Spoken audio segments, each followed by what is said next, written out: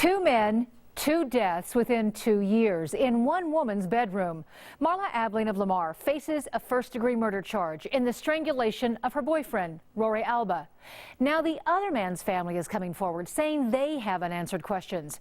9 Wants to Know investigator Melissa Blasius has the tale of untimely death. My sister comes over and tells me that he was gone. Mike McGee loved spending time with his 2 daughters. We would always stay up late and watch scary movies together on the couch. Like one of those movies, his death is now shrouded in suspicion. And that's what's really hard, because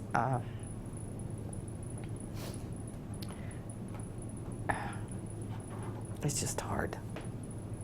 In 2011, Mike told his family he was 6 months clean. He'd returned to college and just taken a big test. He was so up and he was so happy. He said, "Mom, I passed it." The night after the test, Saturday, March 5th, Mike went to Marla Abling's apartment to cook steaks.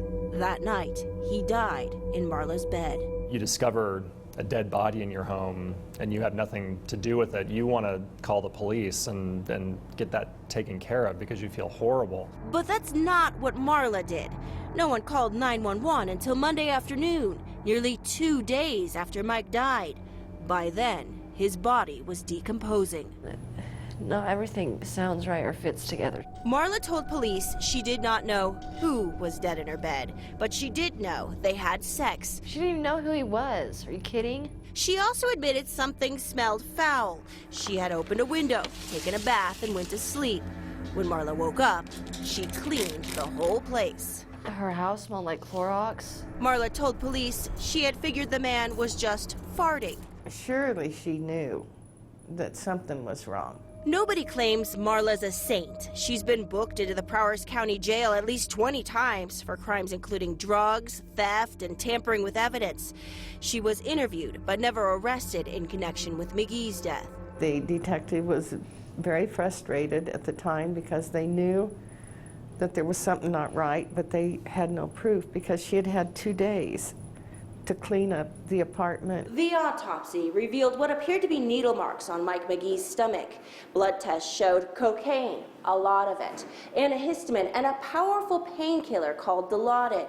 The medical examiner ruled his death an accidental overdose. We did look at the death of Mr. McGee for possible prosecution, and the facts and circumstances of that case did not give us enough evidence to prove anything beyond a reasonable doubt. 2 years later, January 2013, another 911 call asking for police, this time to Marla's new apartment. When officers arrived, they say they found Rory Alba dead.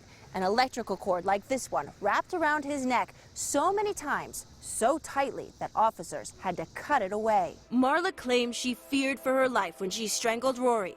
They did have a violent relationship, but there was evidence of sex that morning. No evidence of a struggle. Marla didn't even chip her manicure, which Rory had paid for the day before. Rory was also twice her size. If he would have been coherent, I mean, you get anybody and you put something around their neck and they're going to right away try to grab and get it off. This time, Marla Abling is charged with first-degree murder. Prosecutors say there's evidence Marla planned to kill Rory. And she was running her mouth saying that she was going to kill her boyfriend. Marla's not talking now. Neither is her family nor her attorney. The court has issued a gag order.